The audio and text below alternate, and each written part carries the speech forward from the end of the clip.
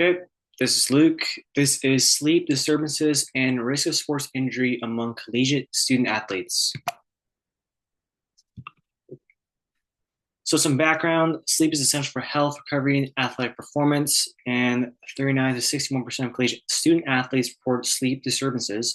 And athletes face increased risk of sleep problems due to intense training, competition, schedules, social pressures, the travel, and all things that deal with in college. And prior studies suggest a relationship between sleep and injury, maybe saying injuries can disrupt sleep and poor sleep could lead to potential injuries. So, the main objective of this study is to find the relationship between the student athlete's sleep, the bad sleep, and find the injury status.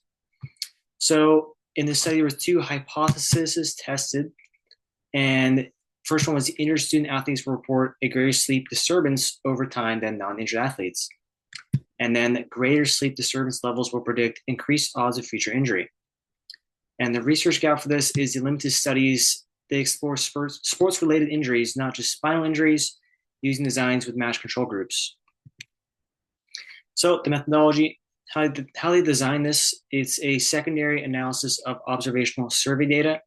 Data source is National Survey Investigating Student Athlete Well-Being, and this is after the COVID-19 disruptions that happened in 2019-2020. And data collection was through two time points from October 2020 to January 2021. They were completed online, and the setting is in the NCAA, obviously student athletes. So, who's in this study?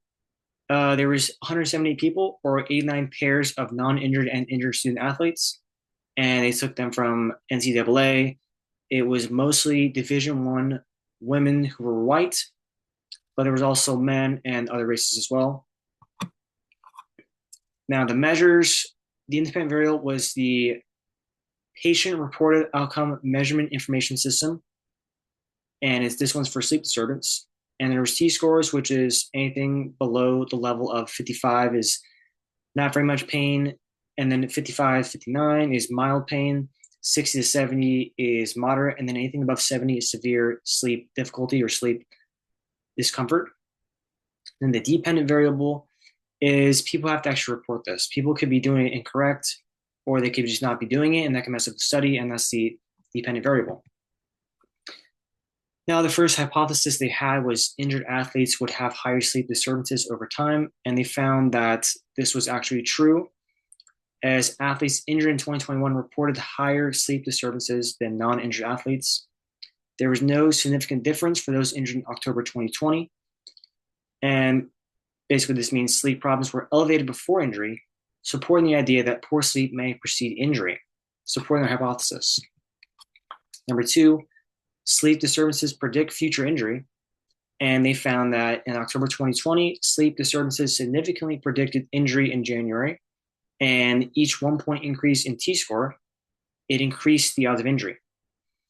So according to the sleep severity scale, none, there was about 13% chance of injury, mild about 26, moderate about 28, and severe 33.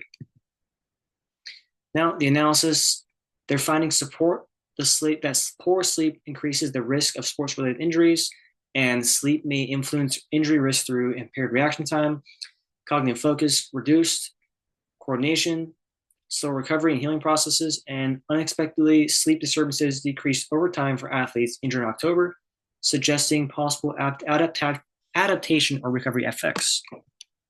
Now, some takeaways.